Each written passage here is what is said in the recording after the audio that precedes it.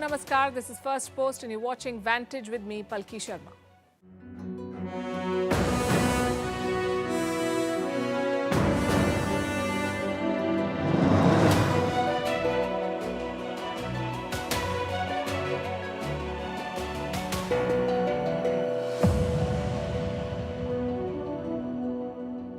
Are India and China working on a reset? A Chinese minister is coming to New Delhi soon. An Indian diplomat is in Beijing as more than 100,000 soldiers remain deployed on the border. Where does the relationship stand? We'll break it down for you tonight. In Iran, two pictures tell the story of Western hypocrisy on the hijab and women's rights. In Russia, the men leading Putin's war are fighting each other. The chief of the Wagner group says Russia's top general should be tried for treason. In the US, the toxic leak from the Ohio train derailment has hit the White House. Joe Biden is being slammed for his response. But why is the US press playing it down? Also a story on how robot bees could save our planet. The headlines first. The US says it can't keep up with China's shipbuilding capacity. America's naval secretary wants Washington to upgrade its fleet. China has the world's largest fleet. China censors ChatGPT, tells big tech companies not to offer it on Chinese social media apps because Beijing believes artificial intelligence spreads propaganda. The Israel-Gaza border heats up again. Israel conducts airstrikes as rockets rain from Gaza. 11 Palestinians have been killed, over 100 injured in West Bank. Egypt and the UN are trying to broker peace. Erdogan continues to crack down on dissent. Turkey finds 3 private broadcasters. This is for criticizing the government's response to the earthquakes that killed more than 46,000 people. In Nigeria, a Senate candidate has been shot dead just days before the country heads to polls. He was from Peter Obi's Labour Party, which is tipped to break the stranglehold of Nigeria's traditional politicians. And astronomers discover 6 giant galaxies that existed just 500 to 700 million years after the Big Bang. These massive galaxies formed far earlier than thought possible, calling into question existing models of how the universe began. The galaxies are being called universe breakers.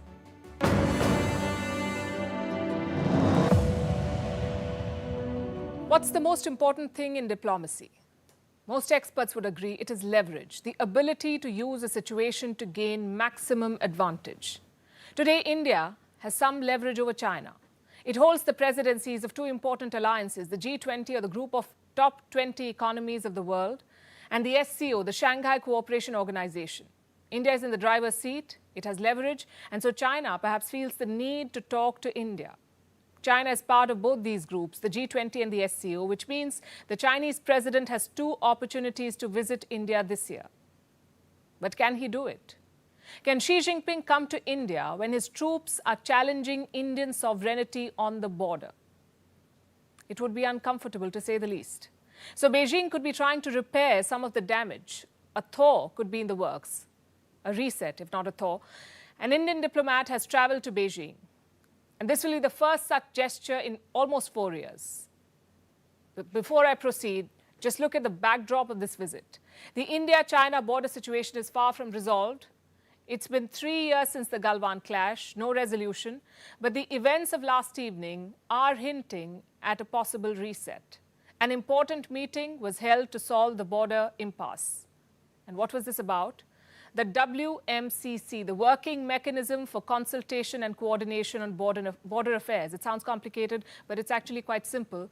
It's a mechanism to resolve the border issues. And this was not their first meeting. The WMCC has met 25 times before. Yesterday's meeting was meeting number 26. 11 such meetings were held during the border standoff.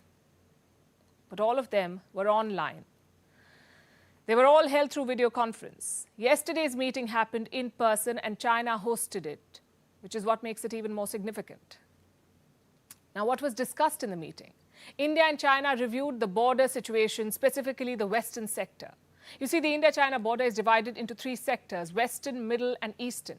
The western sector is the border between Ladakh and Xinjiang, over 2,100 kilometers long. This is where Aksai Chin is. This is also where Galwan is. And this sector was the focus of the conversation yesterday. They took up proposals for disengagement. And what was the result of the meeting? No resolution, but plans for more conversations, we are told. I have a statement from India's Ministry of External Affairs Listen to this. This is what they've said. To restore peace and tranquility in accordance with the existing bilateral agreements and protocols, they agreed to hold the next 18th round of the senior commanders meeting at an early stage. So the long-delayed military-level dialogue could soon happen. The last round was held in December. That was right after a fresh round of clashes. It happened in the Thaw region. The Thaw region along the border. This is the birthplace of the 6th Dalai Lama and an important pilgrimage center for Buddhists. This was the most serious skirmish since Galwan. The Galwan clash happened 3 years ago, remember. 20 Indian soldiers were killed in action. The situation still remains tense. There have been multiple rounds of talks. China has disengaged from 3 standoff points. But reports say that disengagement is yet to happen at 3 more points. The troop deployment is at an all-time high, the highest level in peacetime. Each side has at least 50,000 soldiers at the border, which means a total of more than 100,000 soldiers are at the India-China border as we speak, 100,000 plus. So there is tension and a deadlock. Can the fresh round of talks ease the situation? We can only be cautiously optimistic. You see, the India-China relationship is at an all-time low. The border standoff ended all bilateral exchanges. Last year, Beijing attempted an outreach. At least 2 senior diplomats visited New Delhi. The first was Wang Yi, China's top diplomat, and the second was Yu Xiaoyong, China's special envoy for Afghanistan. They both came one after the other, but New Delhi did not reciprocate. That changed yesterday. An Indian delegation was welcomed in Beijing. It shows that both sides are willing to talk. It's a positive development. But knowing China, it's not over even after it's over. And speaking of diplomacy, sometimes it can go horribly wrong. Our next story is a tale of 2 pictures. It lays bare the Western hypocrisy over women's choice and freedom. Take a look at these 2 pictures first. The first one shows a child beaten up by the Iranian police. What was her crime? She wasn't wearing the hijab, the head covering or headscarf worn by Muslim women. This child was not wearing it, and she was punished. It looks shocking, but it's not the worst of it. Nearly 500 people have been killed for this. It's one of the most brutal crackdowns in modern-day history in Iran. The protest has been on since September last year. That's when Masha Amini was killed. She was 22 years old. She died in the custody of Iran's morality police. What was her crime? Not that she wasn't wearing a hijab, because she was. She was killed because she wasn't wearing it properly. Now let's talk about the second picture. Do you see the woman? She's Switzerland's envoy to Iran, Nadine Olivieri-Lausanne. She's wearing a long black veil covering her head and her whole body. It's called a chadar. The Swiss envoy wore the chadar while visiting the shrine, a shrine in the city of Qom, barely 100 kilometers from the capital, Tehran. The same Tehran which has been the epicenter of the anti-hijab protests. Why was she wearing the covering?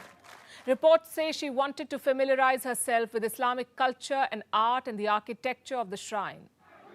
And this at a time when Iran is literally at war with its women. The regime's brutal crackdown on the anti-hijab protesters has left so many people blinded, wounded, and jailed, if not dead. So take a moment and try to understand the message such a picture sends, both to the authoritarian regime and to the protesters. And by the way, in our own country, Switzerland, face coverings are banned. You can be fined up to $1,000 if you violate it. And that is why this photo is the perfect example of hypocrisy. The West has condemned the crackdown in Iran. They've asked the Ibrahim Raisi government to stop the atrocities.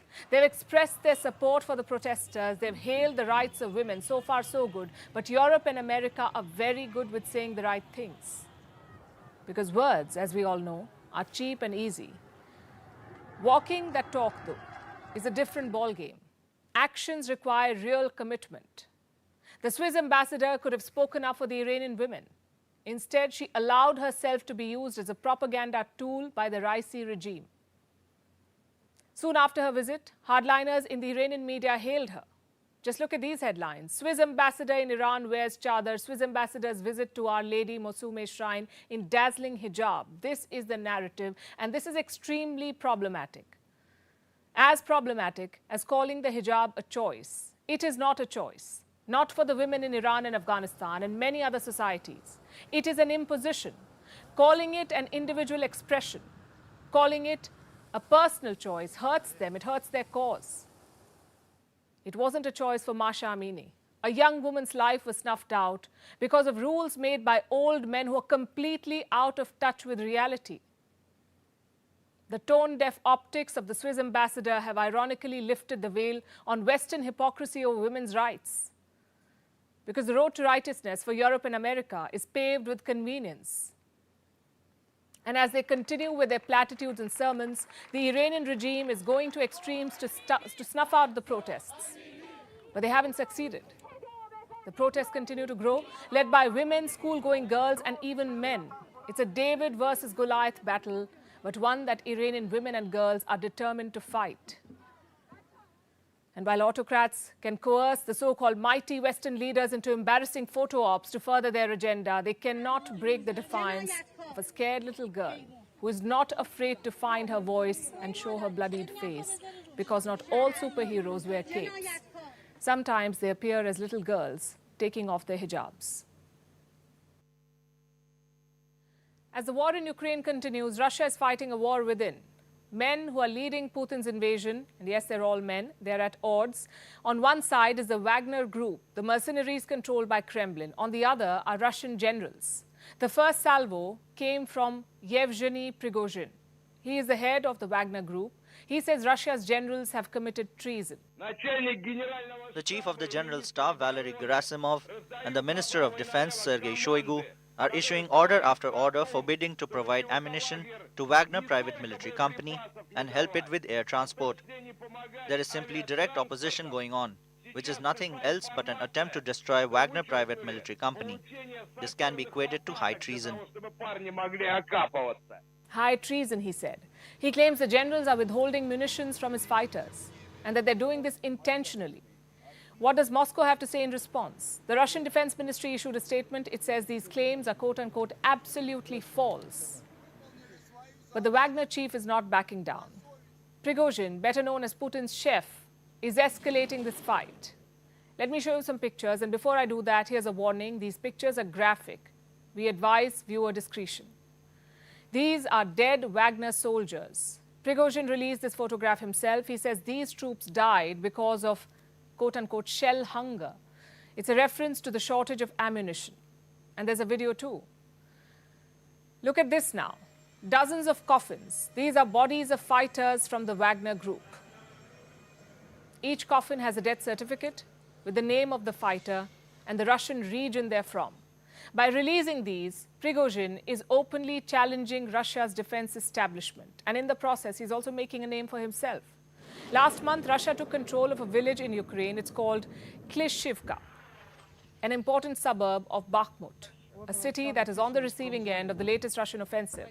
Now, guess who led the charge here? The Wagner group. They were at the forefront.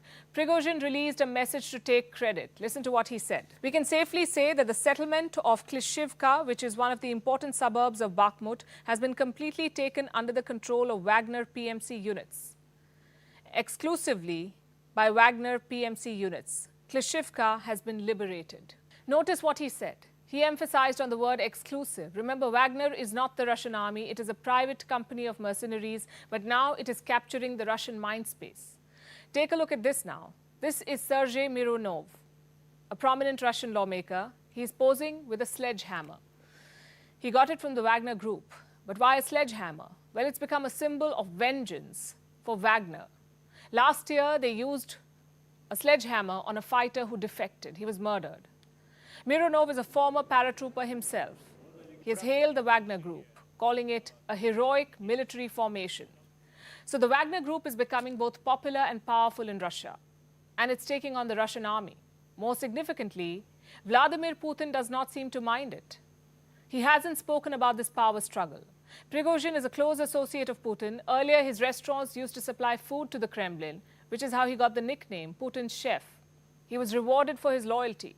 From catering, he jumped to the private military business. He created Wagner in the year 2014. It is now the de facto private military service for the Kremlin. And by the looks of it, It is now spearheading the offensive in Ukraine. Meanwhile, Pakistan continues to roll out the red carpet for terrorists. The latest one to be spotted was Syed Salahuddin, the chief of terror outfit Hizbul Mujahideen. He was seen roaming freely in Rawalpindi. What was he doing there? Well, apart from the fact that Rawalpindi is the headquarters of his guardians, the Pakistani army, Salahuddin was there to attend a funeral. The funeral of top Hizbul commander Bashir Ahmad Peer, another terrorist who's wanted in India. Peer was shot dead in Pakistan a few days back. At his funeral prayer, Salahuddin made a pledge to destroy India until Kashmir was free. That's what he said. He was flanked by Pakistani soldiers and cheered by the crowds. And frankly, none of this is news to us. The Pakistani establishment's love for terrorists is not new. But we must bring you this report for the benefit of the FATF and the rest of the world. The FATF is the Financial Action Task Force, the so-called global watchdog on terrorism. It dropped Pakistan from its grey list recently. The FATF was content with Pakistan's progress. We say this video is proof of Pakistan's progress, giving terrorists a free run and cheering them when they vow to destroy India. Watch this. The streets of Rawalpindi saw terror group Hizbul Mujahideen lose its top commander this week. Bashir Ahmad Peer was shot dead by an assailant on Monday evening. Peer is said to have provided logistics to terrorists, those who attacked the Kashmir Valley. India had designated him as a terrorist last year. This week, his funeral was held. Reports say ISI officials were in attendance, and so was the chief of Hizbul Mujahideen, Syed Salahuddin. It's a rare appearance. A video of Salahuddin purportedly from the funeral prayer is going viral. What is the video about? A call to destroy India. हमें आज अहद करना है खून के आखिरी कतरे तक इंशाअल्लाह वतन अजीज की आजादी तक और भारत की बर्बादी तक हमारा जिहाद फी सबीलिल्लाह हर कीमत पर जारी रहेगा. Flanked by Pakistani soldiers, Salahuddin got a rousing applause for his pledge. And this isn't the first time. He's been part of the Hizbul Mujahideen since 1989. The cause they espouse is straightforward and sinister: Kashmir's occupation by Pakistan. Salahuddin also heads the so-called United Jihadi Council. It's a collection of 13 separatist organizations. The Hizbul Mujahideen has taken responsibility for several attacks in Jammu and Kashmir in the past. In May 2017, it killed 7 people while attacking a bank in Kashmir. In April 2014, 17 people were injured after it launched 2 grenades in Kashmir's Birwa. Salahuddin has been on India's radar for long. In 2017, he was designated a terrorist by the United States. Listen to what he said then. We have launched attacks against Indian forces and security installations and will continue to do so. We can strike anywhere in India at the time of our choosing. In 2021, he released an audio message threatening India and sought the Taliban's help to spread terrorism in Jammu and Kashmir. Now he's walking free in Rawalpindi, one of the many terrorists supported by the Pakistani state. In fact, Pakistan's track record of sheltering terrorists is an open secret, a fact that global institutions refuse to acknowledge. The FATF, or the Financial Action Task Force, took Pakistan off its grey list last year. It had been on the list since 2018 because it failed to curb terror financing. In October 2022, the global terrorism watchdog said it was happy with Pakistan's progress in fighting terror groups.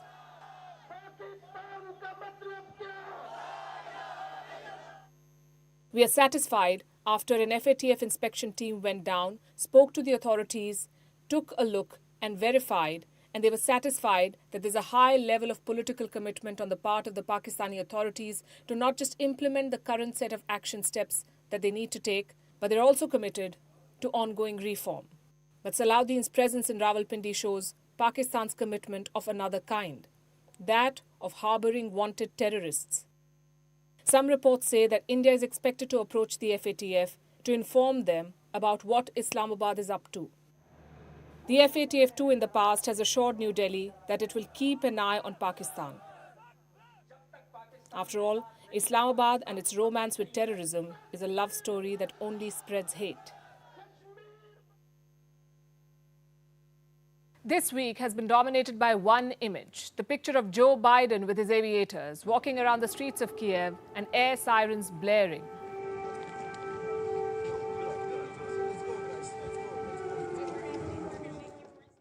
Now let me show you another image. While Biden was showboating with Zelensky, Ohio was grappling with this disaster, a massive mishap that put lives at risk. A train derailed in Ohio this month. It happened in a village called East Palestine. It's a small village, just 5,000 odd residents. But this train crash is a big story worldwide because it is a chemical disaster. The crashed train spewed out toxic chemicals. Chemicals that have been linked to diseases like cancer. An entire community was exposed to the black smoke. The people are worried. They don't know if the air is safe to breathe or the water is safe to drink. Some people are falling sick. I've been getting headaches, sore throats, my nose running, my eye crying constantly, like burning, itchy. I don't feel safe taking my kids into town, especially to the house. Like my neighbor right across the street from me literally got diagnosed yesterday with chemical pneumonia. I have a baby right here. She's 3 months old. And I have a 2-year-old son. They can't tell me, you know, if they're lightheaded or if their stomach hurts or if their eyes burn, anything like that.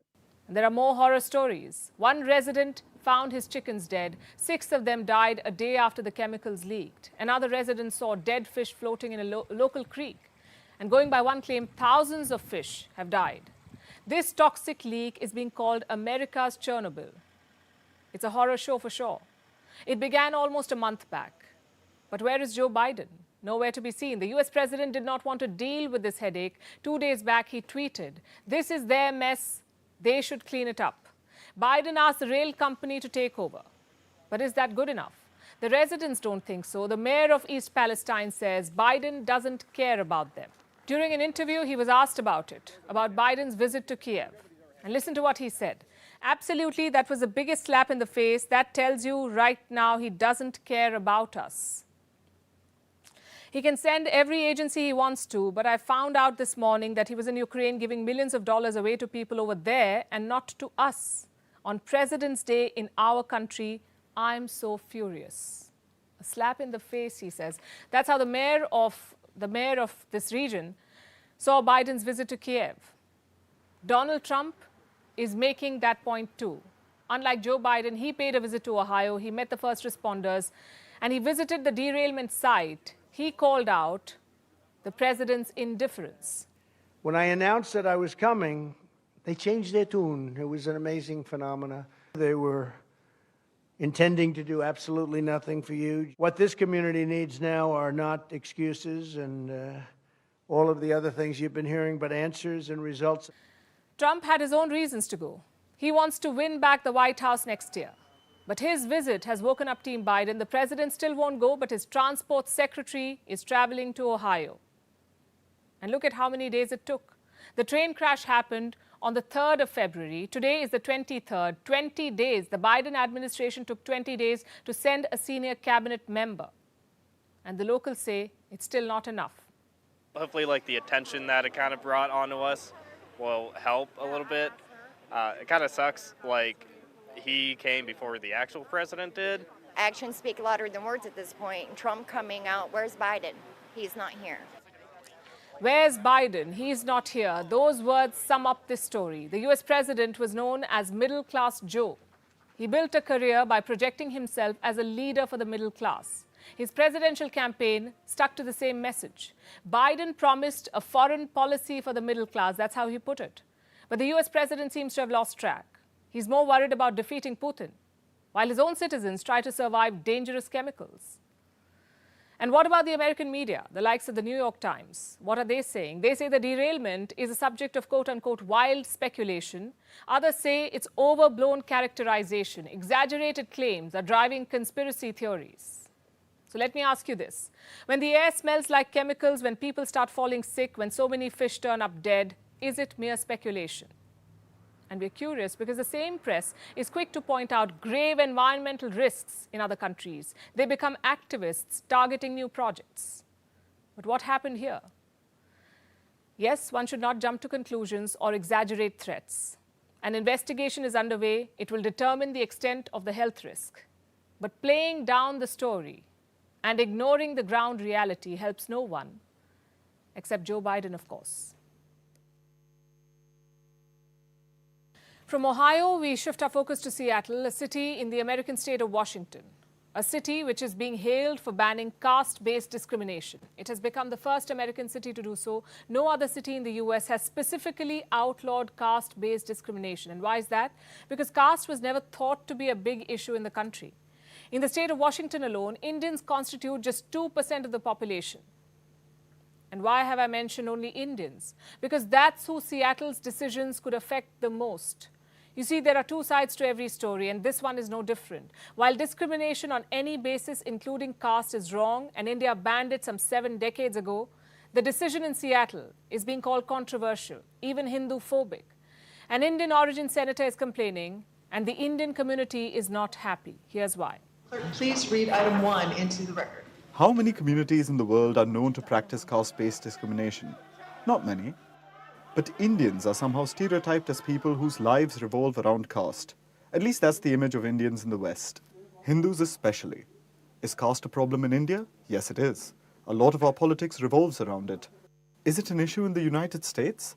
There have been isolated instances where people have spoken out against being treated differently because of their caste. Now, the Seattle City Council has added caste to the city's anti-discrimination laws. Caste-based discrimination has effectively been banned by an ordinance. The ordinance was proposed by the council's only Indian-American member, Shama Sawant. She said, and I quote, "Caste discrimination doesn't only take place in other countries. It's faced by South Asian American and other immigrant working people in their workplaces, including in the tech sector, in Seattle and in cities around the country."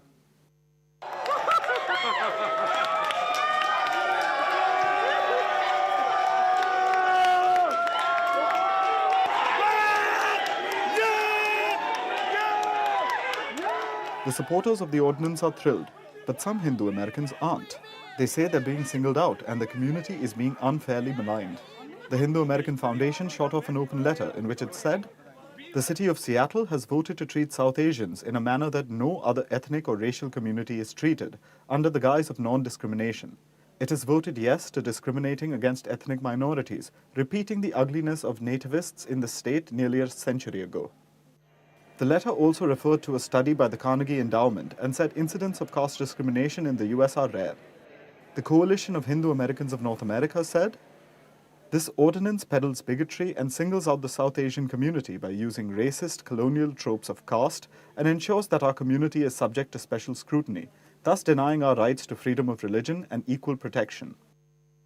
And Indian American State Senator from Ohio, Neeraj Antani, said, "Adding caste to their non-discrimination policy is Hinduphobic and is a tool those that are anti-Hindu use to discriminate against Hindus in America, in India and around the world." Why is this new ordinance being called Hinduphobic? Because some American Hindus believe it will be used to target them. Let's first understand how caste made news in the US. In 2020, Cisco was sued by the state of California. For what? For allowing an Indian American employee to be harassed by his managers because of his caste. This is when caste discrimination became a buzzword in the US. Now Seattle has passed a law, and some Hindus feel they'll be unfairly exposed to a lot of scrutiny. Remember, this comes even as the US has failed to stop racism, which is a much bigger structural issue in the country. Black people continue to face intense attacks. They're even killed, not by civilians, but by law enforcement officials. So the question is, was American law not equipped to tackle caste-based discrimination all these years? If it was, why did Seattle have to get an ordinance passed? Will it, ironically, expose Hindus and South Asians to discrimination of another kind? To say caste bias is not a problem would be a lie. To say it's rampant in the US may be off the mark. Seattle's law may or may not fix the problem, but some Hindus in America are concerned it will turn them into targets.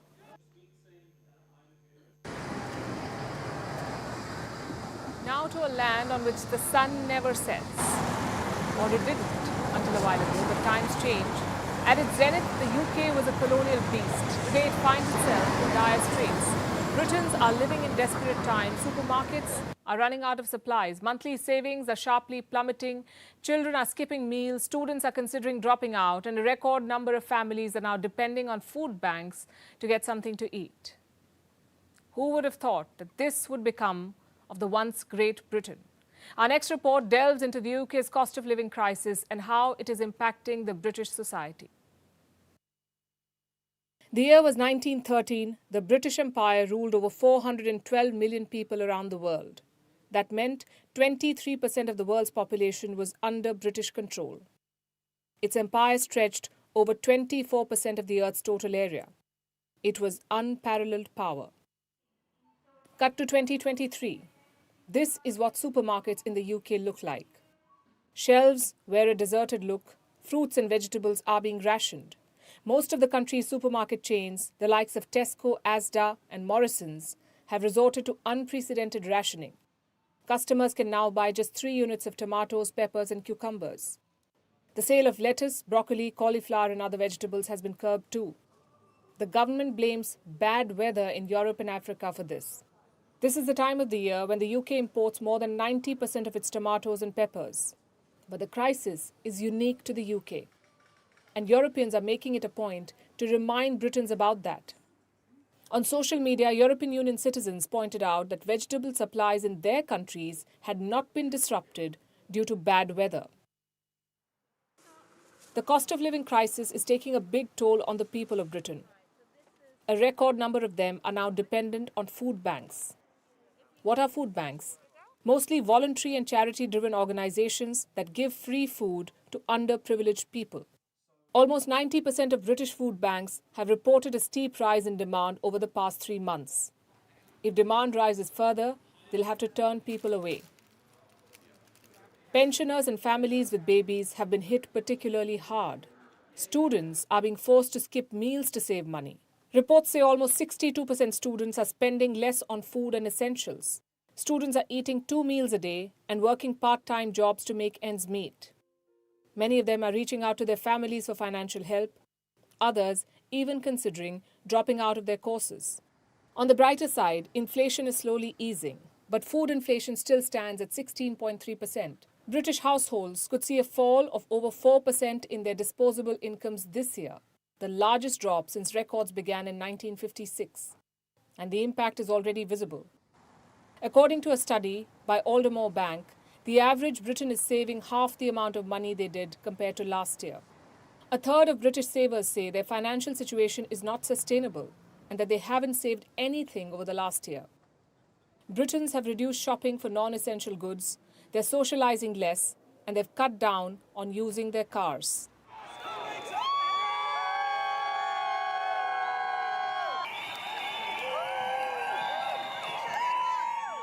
What you just saw were visuals of school children taking part in the strike organized by teachers earlier this month.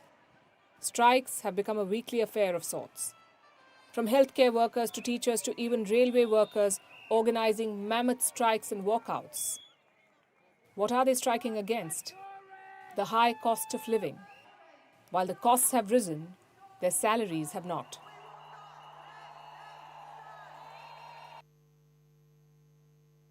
Our next story is something worth buzzing about. Robo Bees. Now, bees are essential to people and the planet. It's a commonly known fact. They were revered by ancient Egyptians, glorified by Shakespeare and feared by Winnie the Pooh. Love them or loathe them, you can't disagree that they're crucial to our existence. Honeybees perform 80% of pollination worldwide, which means they play a role in 90% of the world's nutrition. But here's another commonly known fact about them. Bees are under threat like never before. Stories about their declining population trickle through the news cycle regularly. Listen to these facts. Currently, 1 in 10 bee species faces the threat of extinction. In the US, bees declined by over 72% in the last 25 years. During the same time, over 40% of honeybees in India disappeared. This is thanks to intensive modern farming methods. Also the consequences of climate change. But there's growing concern about other pollinators too. Butterflies, wasps and beetles. Their populations are diminishing drastically the world over. 1 in 10 butterfly species, 1 in 3 hoverfly species face the threat of extinction. So what are we doing about this pollination crisis? Thinking outside the hive, creating our own pollinators. Researchers from Finland's Tampere University have hit a milestone. They've developed a tiny robot fly. It's called Fairy. It could revolutionize farming, they say. So what will Fairy do? As the name suggests, this fairy too can fly. Inspired by dainty dandelion seeds, it weighs just 1.2 mg. It is controlled by light, such as a laser beam or an LED, which means light can be used to change its shape. And this will allow it to adapt to the wind's direction.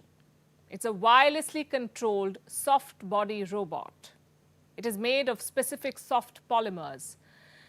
They're responsive to external stimuli. But it's not the first robot to use this material. In recent years, similar miniature robots have been created. These include a swimming fish and walking delivery bots. They too can be controlled with light. So why is the Robo Bee such a big deal? Because engineers have used these materials to make similar robots walk, swim, and jump. But no one so far has been able to make them fly. The Finnish researchers do not plan to stop here. They plan to keep developing this Robo Bee, Fairy, till 2026. They want to make improvements. They want the robot to be able to operate in sunlight. They also want it to carry sensors and GPS. The researchers say this could revolutionize farming as we know it. Millions of artificial fairies carrying pollen could be used. They will be dispersed in the wind, then steered by light towards plants awaiting pollination. It could have a huge impact on agriculture, but it's not easy as it sounds. There are challenges too, like controlling the landing spot in a precise way, making the devices reusable and biodegradable. Regardless, it sounds like fascinating sci-fi. And this is not the only robot bee in the works. Human working bees are developing their own pollinators. An Israel-based AI firm developed such robots. They can autonomously travel. They can use AI and cameras to identify plants that are ready for pollination. Then they blast air at the flowers to pollinate them. Researchers in the US are at it too. The robot revolution is speeding up. Farmers in many countries, in fact, have already started deploying these robots. It seems we're already living in the future. We thought robots could be coming for our jobs. But guess they're also going after the bees. No one knows if this is the long-term solution for agriculture or for our honey-producing friends. But for now, we think it will stick. Our last story today is about dating.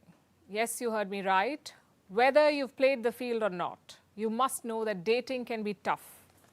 But do you know what's even more difficult? Dating jargon.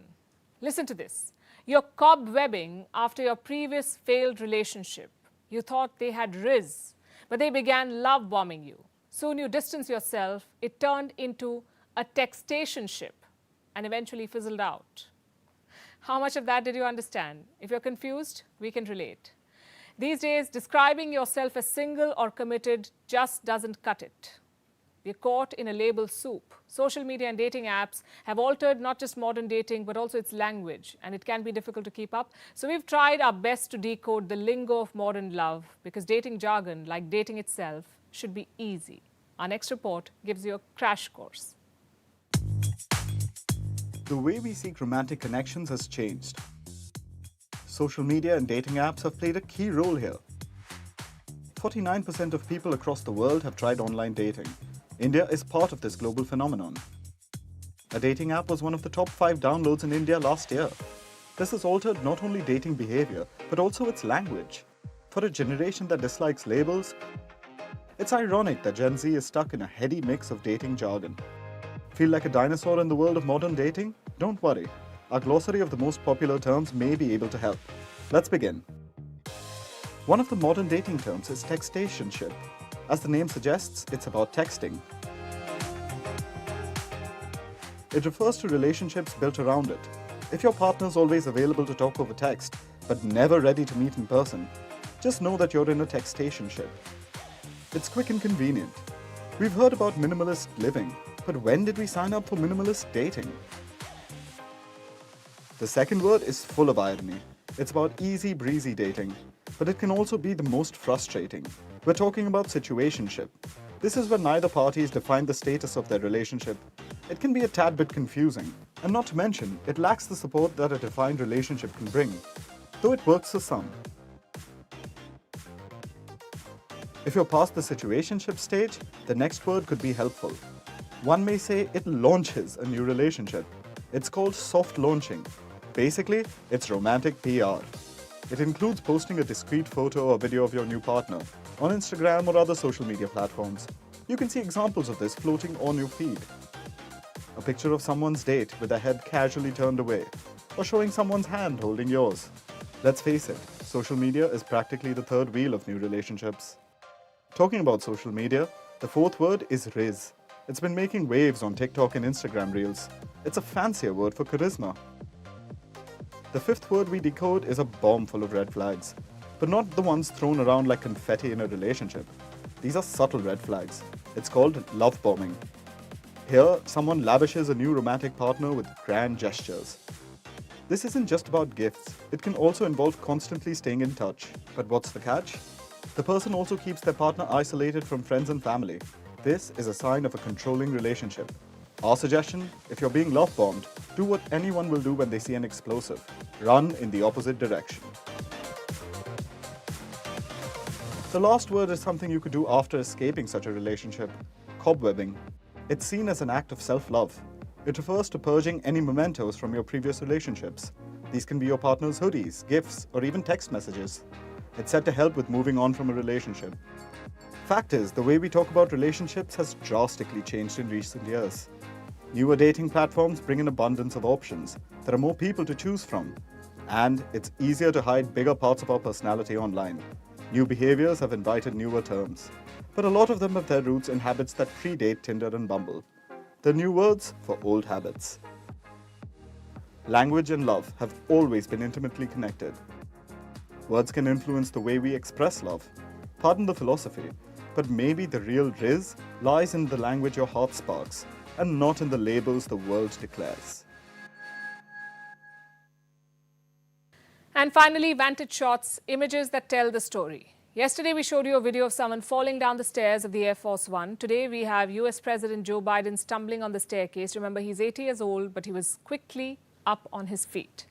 In India, an actor escaped death by a few seconds on a film set. This is actor Vishal. He posted the dramatic escape on social media. In Peru, images of landslides hitting a city. Unfortunately, no deaths or injuries were reported. In the US, a pilot took a selfie before blowing up the Chinese spy balloon. In Japan, a balloon-shaped object surfaced on the beach. We don't know if it was Chinese or meant for spying.